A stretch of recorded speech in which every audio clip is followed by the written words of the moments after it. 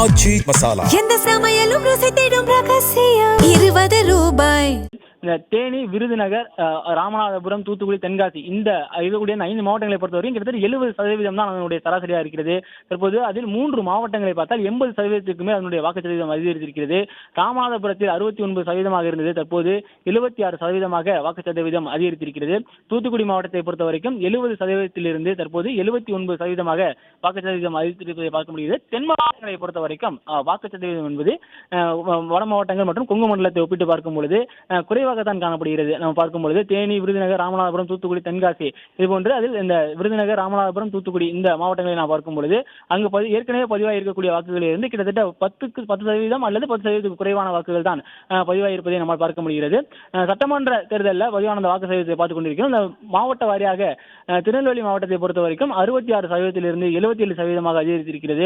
கன்னியாகுமரி மாவட்டத்தை பார்க்கும் பொழுது 68%இலிருந்து 75% அதிகரித்திருக்கிறது. ராமநாதபுரம் மாவட்டத்தில் 2021 சட்டமன்ற தேர்தலில் பதிவான வாக்கு என்பது 69% இருக்கிறது. அது 2026 ஒப்பிடும்போது 76%, அதாவது ஏற்கனவே இருந்ததிலிருந்து 7% என்பது அதிகரித்திருக்கிறது. தூத்துக்குடி மாவட்டத்தை பொறுத்த வரைக்கும் 70% 2021 சட்டமன்ற தேர்தலில் வாக்குப்பதிவாக இருந்தது. இப்போ 2026 பொறுத்த வரைக்கும் 79% இருக்கிறது.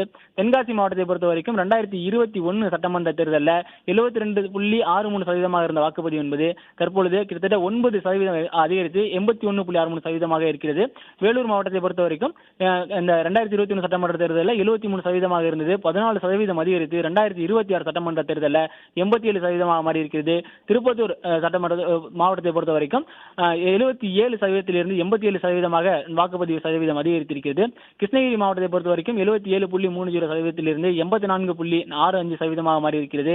தருமபுரி மாவட்டத்தை பொறுத்த வரைக்கும் 82.35%இலிருந்து 89, கிட்டத்தட்ட தருமபுரி மாவட்டத்தை பொறுத்த வரைக்கும் 7% வாக்கு என்பது இன்று அதிகரித்திருக்கிறது. அதாவது 2021 சட்டமன்ற தேர்தலுடன் ஒப்பிடும்போது.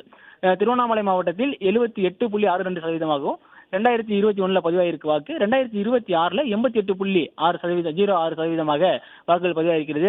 அதிக வாக்குகள் பதிவான இந்த டாப் 5 மாவட்டங்கள் நம்ம பார்த்தோம்னா கரூர் மாவட்டம் 91.86%.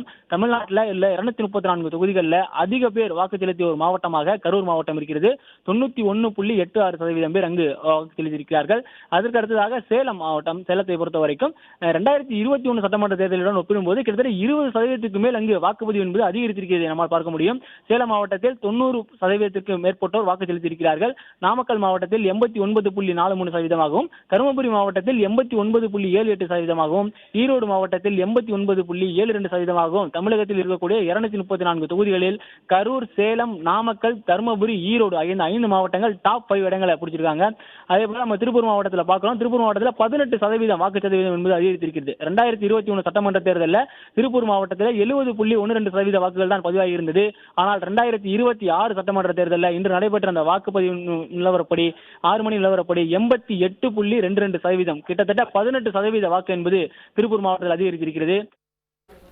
ஆச்சி மசாலா எந்த சமையலும் ருசி தேடும் ரகசியம் ₹20. பிளே ஸ்டோர் மற்றும் ஆப் ஸ்டோரில் இருந்து பாலிமர் செயலியை QR கோடு மூலம் பதிவிறக்கம் செய்யுங்கள். செய்திகளை உடனுக்குடன் பெறுங்கள்.